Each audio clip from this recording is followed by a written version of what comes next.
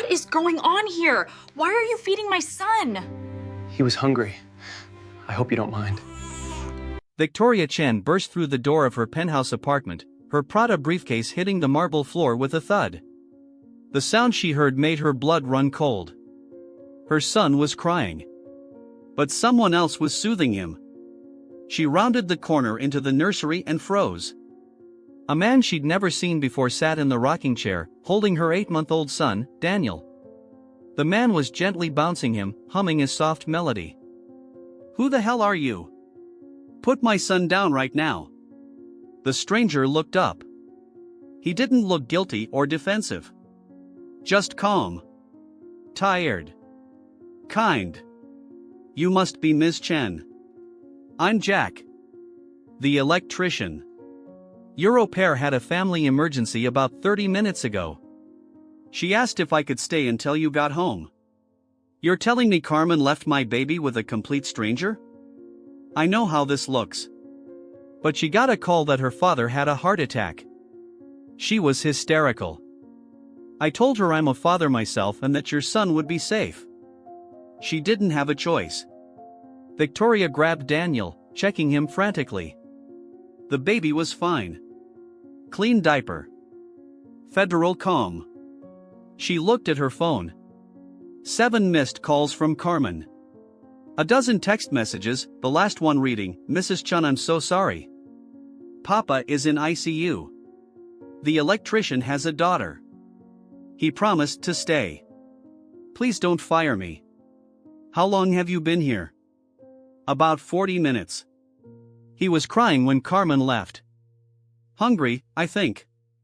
She showed me where the formula was, and I just did what I do for my own daughter." "You have a daughter?" "Ava. She's 4. I'm a single dad. Her mom left us when she was 6 months old. Said she wasn't cut out for motherhood." Something in his voice, the raw honesty, made her pause. She studied him. Work boots, worn jeans, faded blue t-shirt with Rivera Electrical stitched on the pocket. Calloused hands. Tired eyes. Nothing like the polished executives she dealt with every day as CEO of Chen Industries. Most people would have just called someone. "Called me. I did call you. 5 times. It went to voicemail. And I couldn't leave him alone. What if something happened? I'd never forgive myself." "You fixed the electrical panel?" "Yeah. Your kitchen outlets were overloading. Fire hazard. It's all good now. What do I owe you?" "Company will send a bill. But honestly? After the circus, let's just call it even." "I can't do that. Miss Chen, I'm not looking for extra payment. I just did what any decent person would do." Victoria should have let him leave. Should have locked the door and moved on with her life. Instead, she heard herself say, "Wait. Have you eaten? It's almost 8 p.m. I'm okay. I have to pick up Ava from my mom's.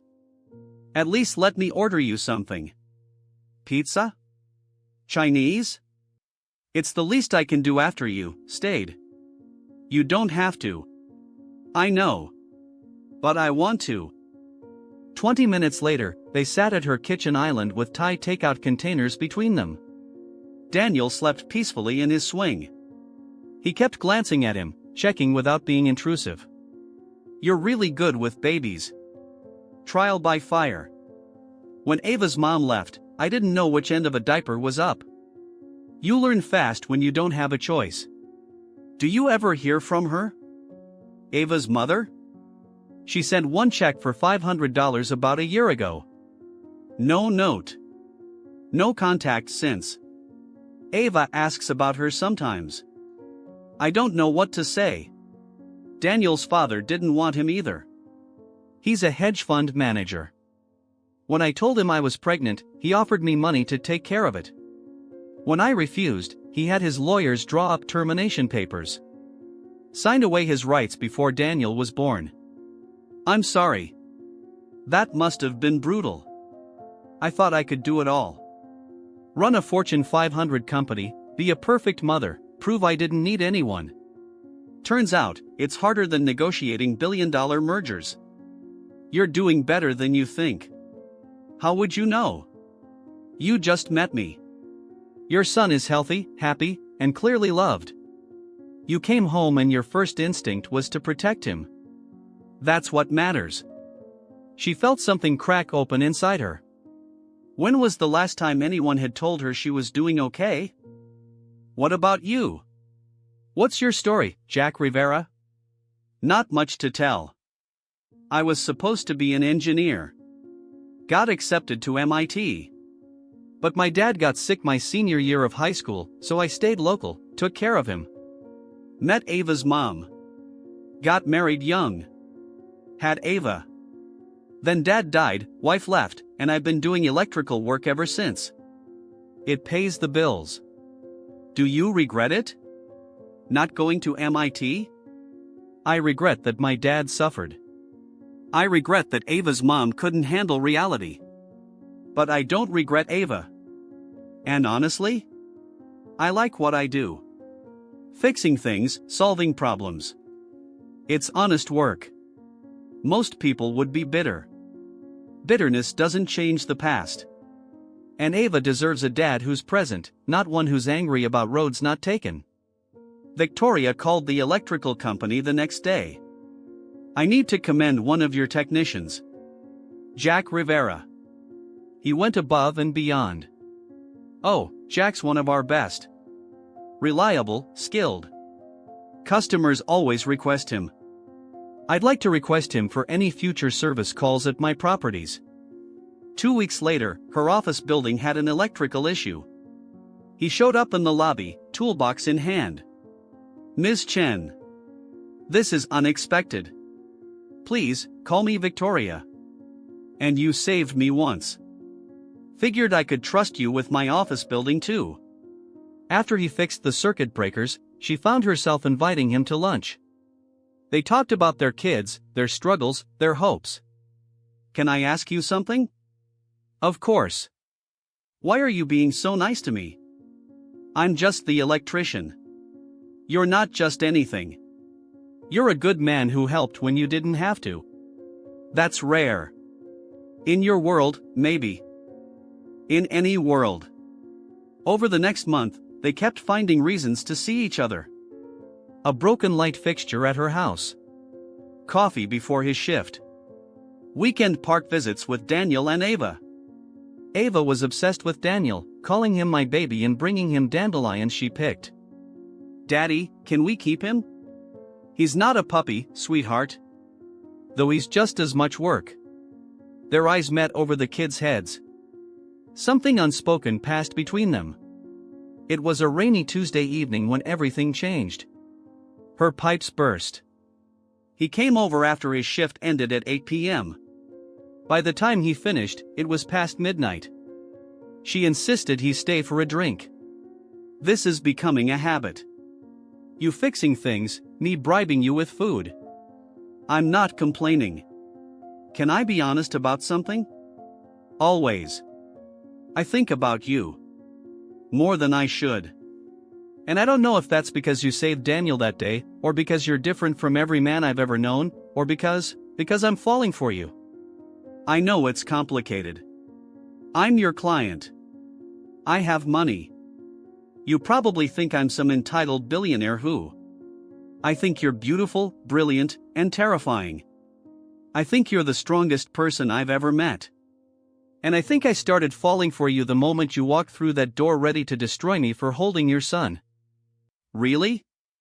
Really? But I need you to understand something. I can't compete with your ex financially.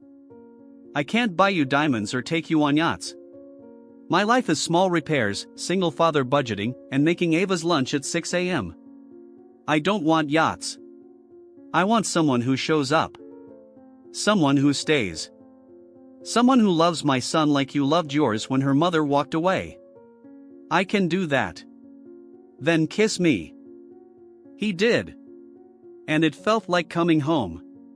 6 months later, Jack and Ava moved into Victoria's penthouse. Not because they needed her money, but because their family had already formed.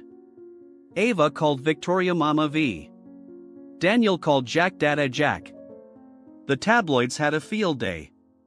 Victoria's board raised concerns.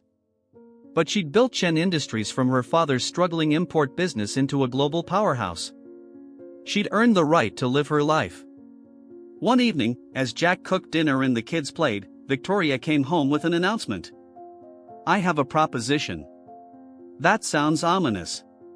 Chen Industries is launching a new smart building division. Sustainable energy, efficient design, cutting-edge technology. I need someone to lead engineering. Okay. Someone with natural problem-solving skills. Someone who understands systems, infrastructure, and real-world applications. Someone who turned down MIT but never stopped being brilliant. Victoria, I can't. You can. I've seen your work. You're overqualified to be doing service calls. This position pays $180,000 starting, with benefits, and you'd be designing the future of how buildings operate. People will say you're only hiring me because we're together. Let them. You're the best person for this job. And if anyone wants to challenge me, they can try. You're really offering me this? I'm offering you a choice. Keep doing electrical work if it makes you happy. But if you want to engineer, to create, to finally use that MIT-level brain of yours, then yes. I'm offering. How did I get so lucky? You held my crying baby when anyone else would have walked away. You showed me what real integrity looks like. Lucky is mine. A year later, they stood in Central Park, Ava as flower girl, Daniel as ring bearer. You scared the hell out of me that first night. And every day since, you've shown me what real strength looks like. Not the strength to do everything alone, but the strength to let someone stand beside you. You stayed when you didn't have to. You loved when it wasn't easy. You proved that the best things in life aren't bought, they're built, one honest moment at a time. Their story started with a crisis and a stranger in a rocking chair. It continued with takeout food and broken pipes.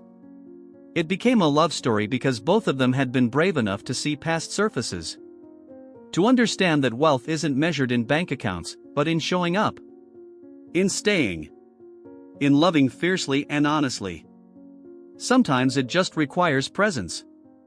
If this story reminded you that real love shows up in unexpected moments, please like, subscribe, and share. Comment below, when did someone show up for you when you needed them most? Or when did you take a chance on someone society said wasn't right for you? Your story might inspire someone today.